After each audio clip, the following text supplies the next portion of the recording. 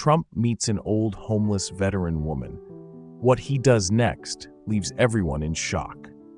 The morning air bit with the ferocity that only New York in January could muster, sharp enough to make even the most hardened city dwellers wince as they hurried along Fifth Avenue. Steam rose from subway grates in ghostly plumes, providing momentary respite for those who paused above them. Among the suited professionals and tourists bundled against the cold was a figure almost invisible to the passing throng. A woman seated on a flattened cardboard box, wrapped in layers of mismatched clothing that had long ago surrendered both color and warmth. Emily Martinez's fingers, once steady enough to thread a catheter into a collapsing vein amid gunfire, now trembled slightly as she arranged her few possessions. At 62, the former combat medic carried her military bearing in the straightness of her spine, even as the rest of her surrendered to the creep of age and hardship. Her deep brown eyes, set in a face weathered by sun and sorrow, maintained the alert awareness that had kept her alive through 3 tours in Afghanistan. "Morning, Captain," called out Darius, another homeless veteran who had claimed the adjacent block as his territory. Their daily greeting was a small ritual that anchored them both to the discipline of their former lives. "Morning, Sergeant," Emily replied, her voice carrying the rasp of too many cold nights. "How's the knee today?" "Same as always. Barometer says storm's coming."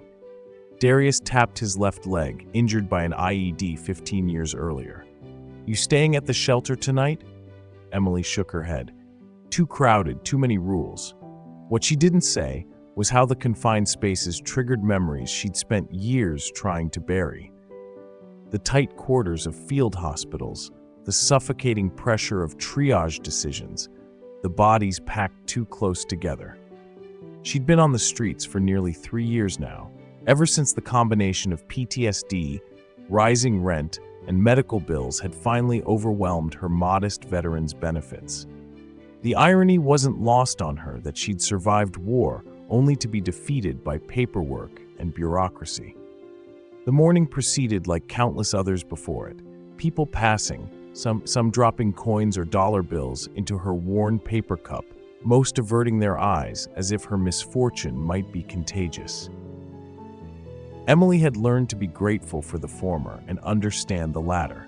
Fear was a natural human response, and she knew better than most how thin the line was between security and catastrophe.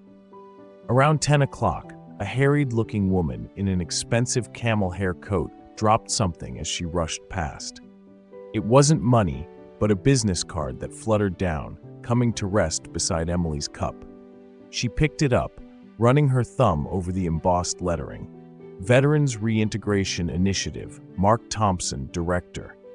On the back, someone had scrawled a phone number in pen. Emily tucked the card into her coat pocket.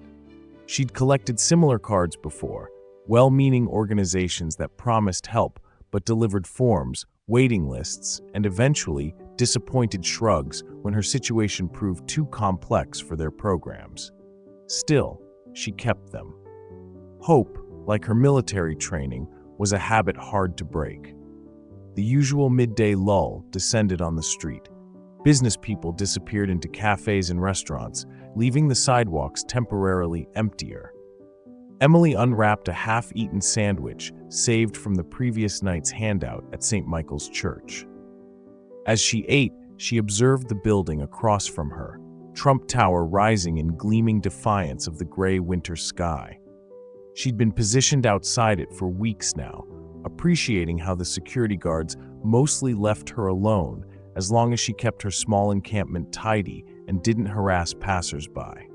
Emily had just finished her meager lunch when the revolving doors of the tower spun, disgorging a cluster of dark-suited men with earpieces and alert postures that she recognized immediately as security detail. Their formation tightened around a familiar figure, tall, with distinctive hair that the wind immediately attempted to rearrange. Former President Donald Trump, now in his late 70s, but still projecting the same commanding presence, emerged onto the sidewalk. This wasn't unusual. Emily had seen him come and go several times during her vigil outside the tower. What happened next, however, defied every pattern she'd observed. Instead of proceeding directly to the waiting black SUV, Trump paused. He said something to his head of security, who frowned but nodded reluctantly. Then, to the visible consternation of his entire entourage, the former president began walking directly toward where Emily sat. "Sir, we haven't cleared." One agent began.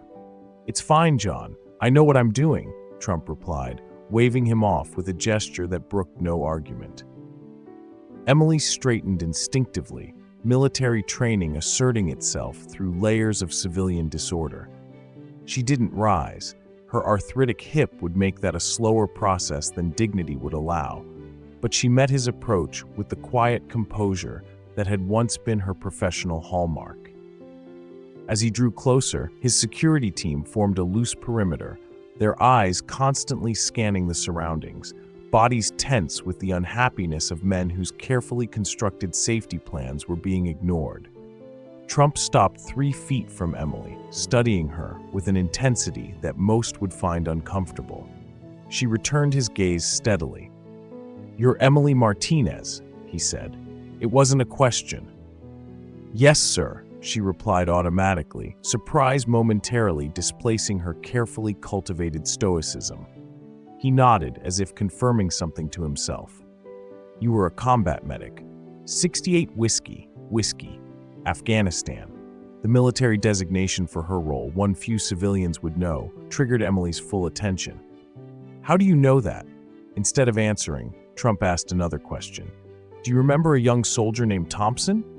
Mark Thompson, 75th Rangers, took shrapnel in Kandahar province."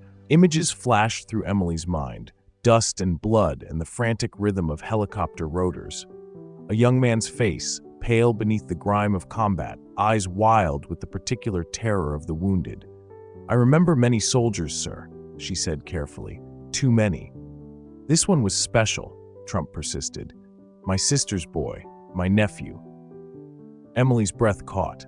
She remembered now, not just any soldier, the one she'd stabilized while singing an old Spanish lullaby her grandmother had taught her, the only thing that had seemed to calm his panic as she worked. "You sang to him," Trump continued, his voice softening with an emotion rarely displayed in his public persona. "A Spanish song. His mother used to sing it to him as a child." "Arro mi niño," Emily whispered. Something in Trump's expression shifted. "He's upstairs," he said, gesturing toward the tower behind him. "He's been looking for you for years. After he recovered, he tried to find the medic who saved him, but records were incomplete. All he remembered was a female medic who sang to him in Spanish while she worked." "Sir," one of the security team interrupted, "we need to move." Trump ignored him, his focus entirely on Emily. "My nephew works with veterans now, started a foundation. He never forgot what you did." Emily's carefully constructed emotional walls began to crumble. "I was just doing my job." "No," Trump said firmly. "You did more than your job, and now I'd like you to come upstairs and meet him." Emily glanced down at her disheveled appearance. "I'm not presentable." "Nonsense," Trump replied with characteristic bluntness. "You're a decorated veteran. That's all the presentation you need." Before she could formulate further objections, Trump had signaled to one of his team, who stepped forward with respectful efficiency. "Ma'am, if you'd like to come with us, we can assist you," the agent said, offering his arm for support. Emily hesitated, decades of self-reliance battling against an opportunity she'd never imagined. "My things will be collected and brought up," Trump assured her. "You have my word." With a decision that felt momentous in its simplicity, Emily accepted the offered arm and carefully rose to her feet. Pain lanced through her hip, but she straightened to her full height, summoning the dignity that had never truly abandoned her. The small procession, former president, homeless veteran, and security detail, moved toward the tower entrance, creating a ripple of astonished looks from passersby. Phones emerged to capture the moment, but the security team deftly blocked most attempts at photography. The lobby of Trump Tower enveloped Emily in warmth that made her realize how deeply cold had penetrated her bones.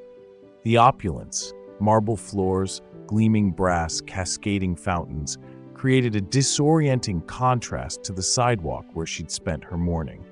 As they moved toward a private elevator, Emily became acutely aware of her appearance, the smell of unwashed clothes, the stains of street life.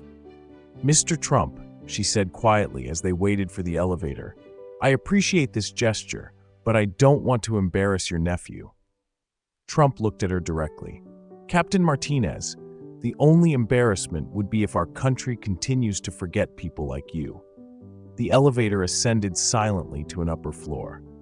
When the doors opened, they revealed a tastefully appointed office suite with the logo Veterans Reintegration Initiative mounted on the wall behind a reception desk. A young woman looked up, her professional greeting faltering as she registered the unusual group emerging from the elevator. "Lisa, please tell Mark his uncle is here," Trump directed, "and that I've found her."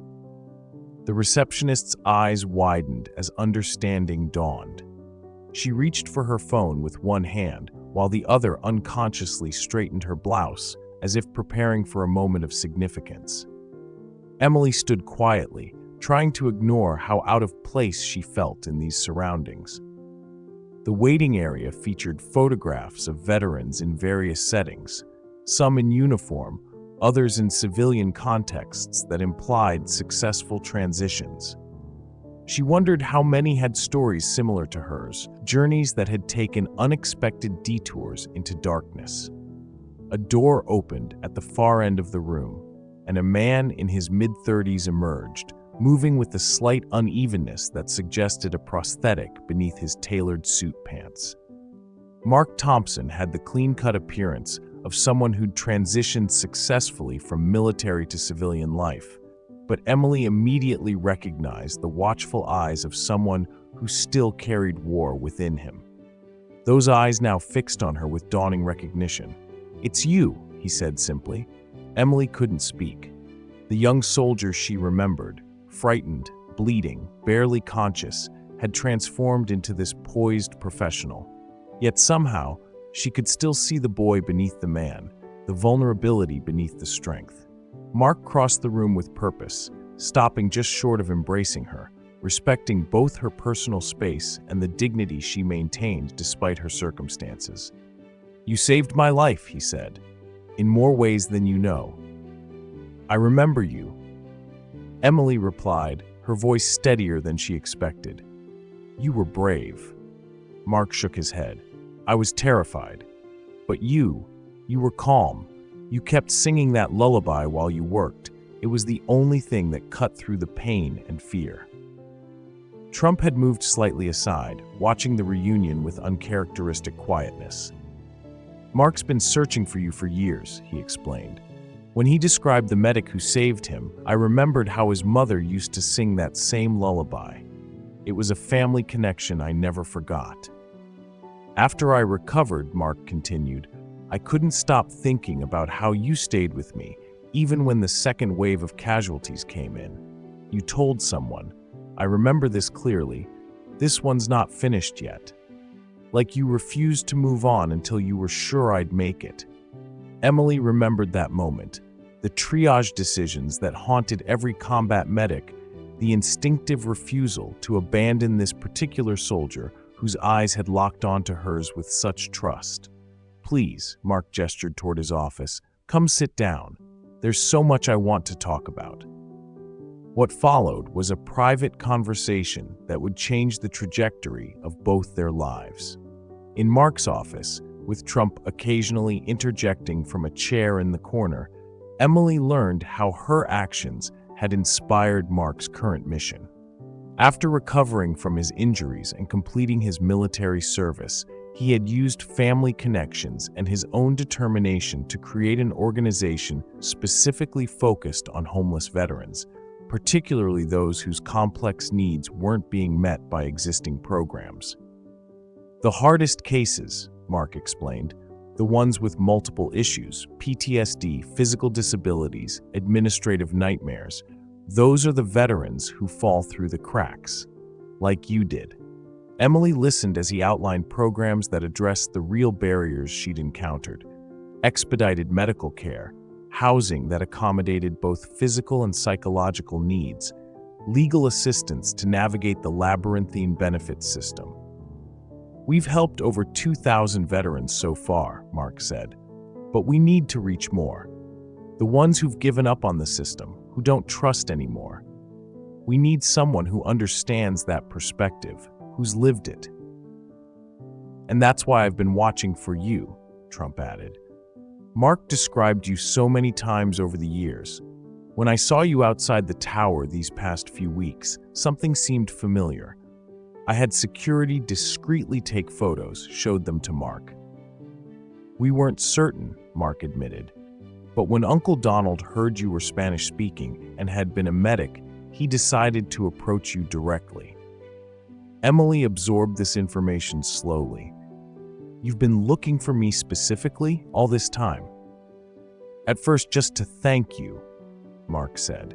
"But as my work evolved, I realized someone with your experience, both military and unfortunately, as someone who the system failed, would be invaluable." Trump leaned forward. "He wants you to join the organization, Captain Martinez. Not as a charity case, but as a consultant. Your perspective could help shape programs that actually work." For the first time since they'd entered the building, Emily felt tears threatening. Not from sentimentality, but from the sudden, overwhelming sense of purpose being offered. The possibility of transforming her most painful experiences into something constructive. "I've been on the streets for 3 years," she said bluntly. "I'm not the same person who saved you." Mark's expression remained steady. "None of us are the same people we were in Afghanistan. That's part of the point." Over the next hour, as the winter light outside began to fade, they outlined what would become Emily's new reality. Immediate needs would be addressed: medical attention for her deteriorating hip, temporary housing in a veterans facility specifically designed for those with PTSD, assistance reinstating her full benefits. But beyond that, a role consulting on program development, sharing insights only someone who had experienced both combat trauma and homelessness could provide. "This isn't charity," Trump emphasized, seeming to read her thoughts. "This is recruitment. You have expertise we need." By the time they concluded their conversation, darkness had fallen outside. Emily felt simultaneously exhausted and more alert than she had in years, as if parts of her mind, long dormant, were reawakening. Mark insisted on escorting her personally to the veterans facility, where she would spend her first night indoors in months. As they prepared to leave, Trump stepped forward with uncharacteristic awkwardness. "My family owes you a debt," he said. "Mark is special to us. What you did matters." Emily met his gaze directly. "What you're doing now matters too, sir." As they departed the tower, Emily noticed her few possessions had been collected as promised and placed in a dignified duffel bag rather than the plastic bags she'd been using. This small gesture of respect affected her more deeply than the grander promises of assistance. In the car, Mark was quiet for several minutes before saying, "You know, when I started this work, people asked why I'd use family connections and privilege to focus on such a difficult problem. Why not choose something more photogenic?" Emily nodded, understanding completely. "Because you owe a debt that can never really be repaid." "Exactly," Mark said. "Every time we help someone get off the streets, get the care they need, I'm repaying what you did for me. Not just saving my life, but the way you did it, with dignity, with calm, with that song that reminded me I was still human, even when I felt like just another broken body." As they arrived at the facility, a renovated hotel with private rooms and specialized services, Emily found herself thinking about the business card still in her pocket, the seemingly random moment that had set this day's events in motion. Sometimes I think we're all just one connection away from changing everything, she said softly. One person who sees us when we feel invisible. Mark helped her from the car, patient with her slow movements. That's exactly what we're trying to create, those connections. And now, with your help, we'll do it better. In the days and weeks that followed, Emily's story would become part of a larger narrative about veteran homelessness that captured national attention.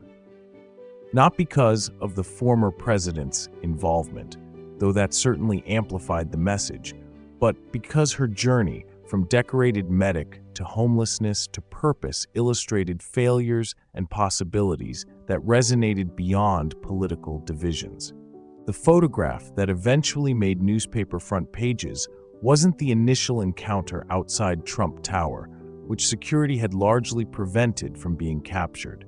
Rather, it was Emily 3 months later, standing straight despite her cane, addressing a congressional committee on Veterans Affairs, her formerly weathered face now reflecting health and purpose regained. Trump and Mark sat behind her, a visual reminder of the unlikely alliance that had formed around this issue. By then, Emily had helped identify critical gaps in existing programs and designed interventions based on her lived experience. Her insight that many homeless veterans avoided shelters due to PTSD triggers led to specialized housing options. Her understanding of how physical pain often preceded addiction issues reformed treatment protocols. When asked by a senator how she had maintained her dignity through years of homelessness, Emily answered with the straightforwardness that had become her trademark. "I never stopped being a medic. Even on the streets, I tended to others when I could. Purpose sustains when everything else is stripped away." On particularly difficult days, when bureaucracy threatened progress or funding challenges emerged, Emily would sometimes hear Mark humming the Spanish lullaby, "Aurora mi niño," under his breath. It had become their private reminder of the thread that connected them, the moment when one person's compassion had sustained another's hope, creating ripples that eventually returned to lift its original source. And sometimes, in the quiet of her new apartment, Emily would sing it to herself, no longer as a tool to calm a frightened soldier, but as a lullaby to the parts of herself that were finally, after so many years, allowed to rest.